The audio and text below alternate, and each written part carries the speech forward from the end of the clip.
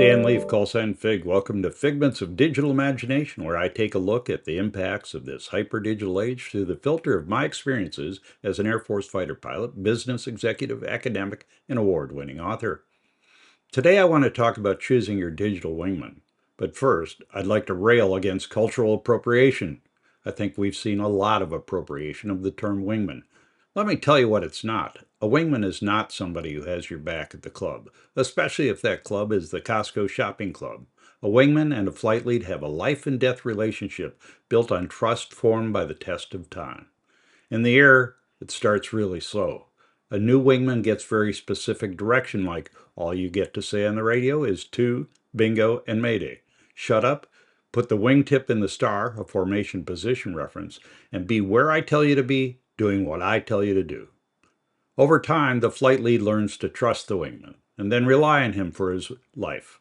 Because in combat, and even in peacetime, a wingman is an enabler who allows the flight lead to execute the mission, as directed, aggressively, without fearing that someone on his wing is going to do something stupid or get him killed. And I say him, but now it's him or her. I'm a geezer who only flew with men, but I recognize the role of women in modern combat aviation. The relationship with a wingman is very special, an enabler. Once you get a wingman you can count on, like Quaker Oaks, Ollie Daniels, Job Handy, Smurf Reed, and the other great fighter pilots I've flown with over the years, you are good to go. If they're good enough, if they're as good as those guys were, then I, as a flight lead, could be a killing machine. And that's the job of a fighter pilot. If I didn't have a good wingman, not so much. In addition to checking their six, I had to monitor what they were doing, direct them back into position if they came out of it, and generally worry about them. The best wingmen you don't worry about, and they let you lead to success. Your AI tool, your digital wingman, should be an enabler tool. You can't give them the lead. You have to direct their action, monitor performance, and build the trust that allows you to execute your mission, whatever it might be, as aggressively as possible. I choose Google Gemini Pro as my digital wingman. Now, that's not a paid promo because they're not paying me, even though my daughter does work for Google. And that's part of why I chose Gemini, but I find it reliable, easy to use, conversational. In fact, sometimes you feel like you're talking to a human, but it's still just a tool. AI allows me to do much more, especially much more thinking.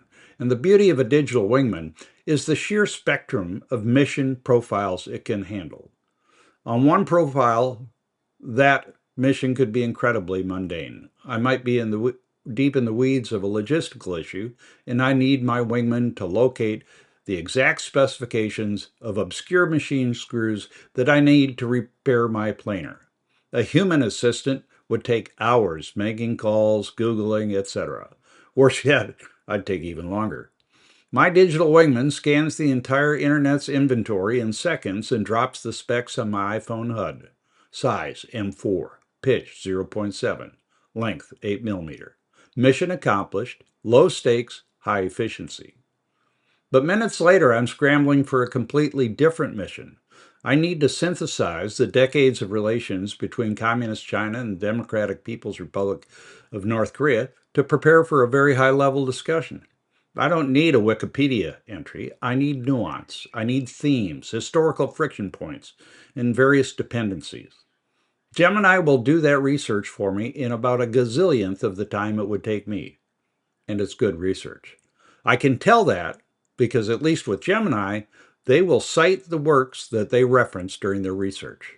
That's really important. If you can't check their homework, if you can't examine whether the wingmen did what they're supposed to do or not, it's sort of akin to not looking at the HUD or radar tape of a wingman after a mission. The outcome can't be trusted. With my digital wingman, I get a list of references used to formulate the answers. I check those closely and go to any of them that I have doubts about. If the citations are weighted to Wikipedia, color me skeptical.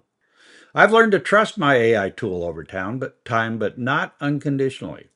Just as with a proven wingman, I still check my own six. To take the analogy a bit further, just like the human version, digital number two can be a bit overeager to please. and start to offer you things you don't want or need at that time.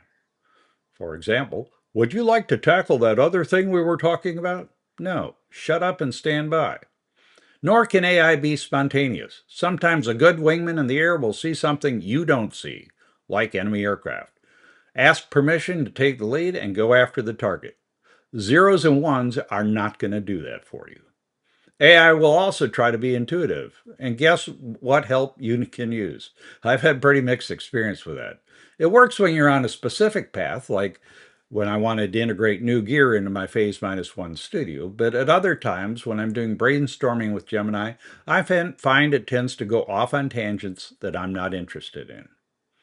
One other almost human trait is the tendency for my digital wingman to assume, and you know what that leads to.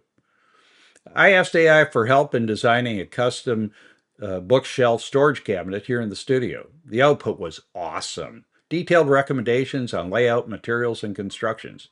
But a few days later, when I set up to upgrade the camera gear, Digital 2 said, well, if you're doing that, the perfect placement is on that bookshelf that you built. Newsflash, it's still not built. I haven't even started. It's on my long list of things to do. So here's my advice to you on choosing a potential digital wingman. Build your trust slowly, make them prove that they're reliable, and make sure they're giving you good gauge. Check their work, recognize their limitations, and remember that they are only there to enable you. Thanks for watching Figments of Digital Imagination, a Phase Minus One production. Please click like below, and I'll see you next time. Aloha.